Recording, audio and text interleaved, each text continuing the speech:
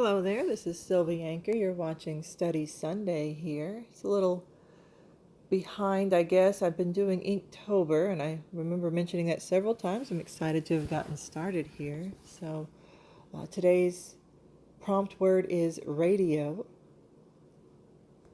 and it's a form of communication, really. It's also an electromagnetic wave, and it's a way we can communicate with each other. We've discovered this not that long ago in our relative history and use it to communicate via what you're used to, a radio.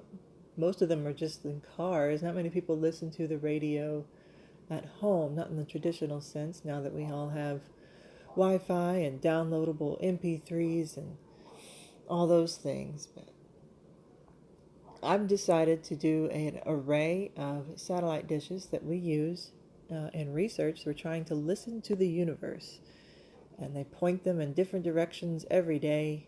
They all point in the same direction, synchronicity. They move. It's so fascinating to watch videos of it. I think most of them are time lapse. It's not as fast as what it looks like in the video, but they listen. So it takes I think it would take for a very long time in order to look at every pinpoint opportunity. I mean, it's like looking at an infinity, really, when you're looking at every single direction that exists in the universe. Just the slightest degree of difference, you know. But we've been able to pick up some things, but nothing that sounds like our radio, because that would be proof of life on other planets that have discovered the same thing we did, is that you can communicate using radio waves. And there's several other waves that it can pick up as well, but it just sounds like the static in between stations, you know.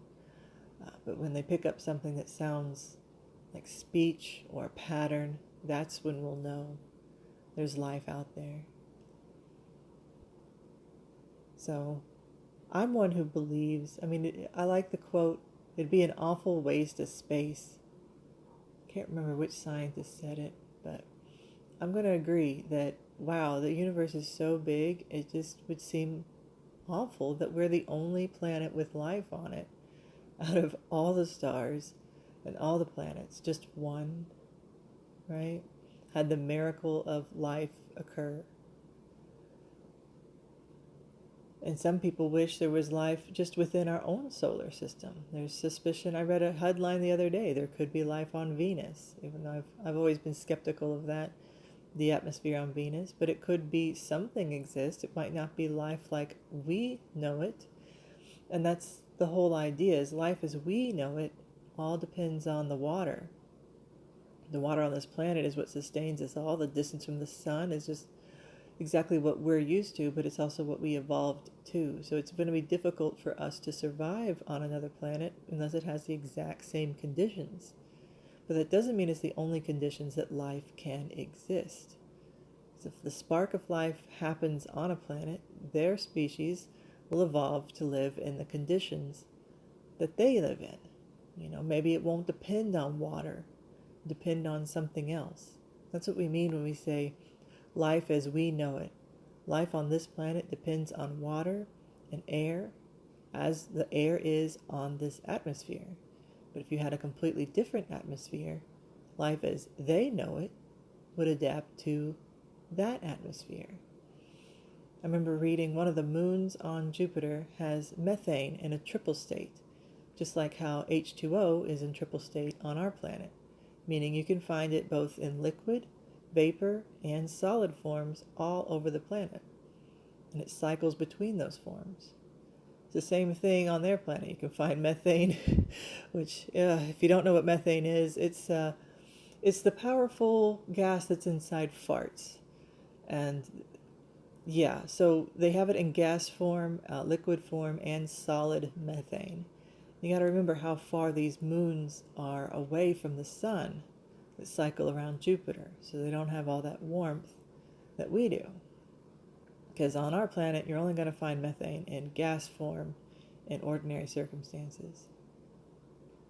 And methane is deteriorating our ozone. It's detrimental to our atmosphere. And to be honest, the amount of cows that we have on this planet cows outnumber the people because we eat them. And their farts are full of methane, and that is part of the greenhouse gases. People don't want to look at agriculture as causing it.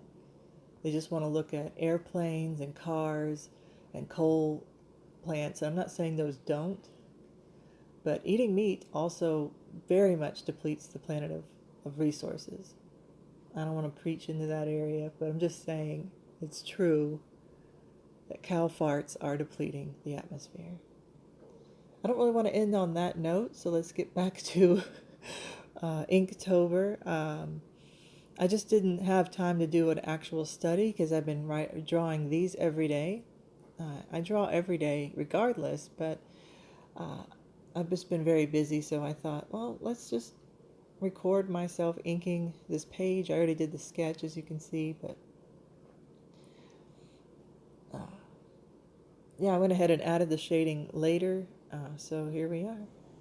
So thanks for watching Study Sunday, and we'll probably continue to do some Inktobers through October if I don't have any other plans. We will have to get to Scorpio, though. We can't leave them out, so that's going to happen towards the end of this month.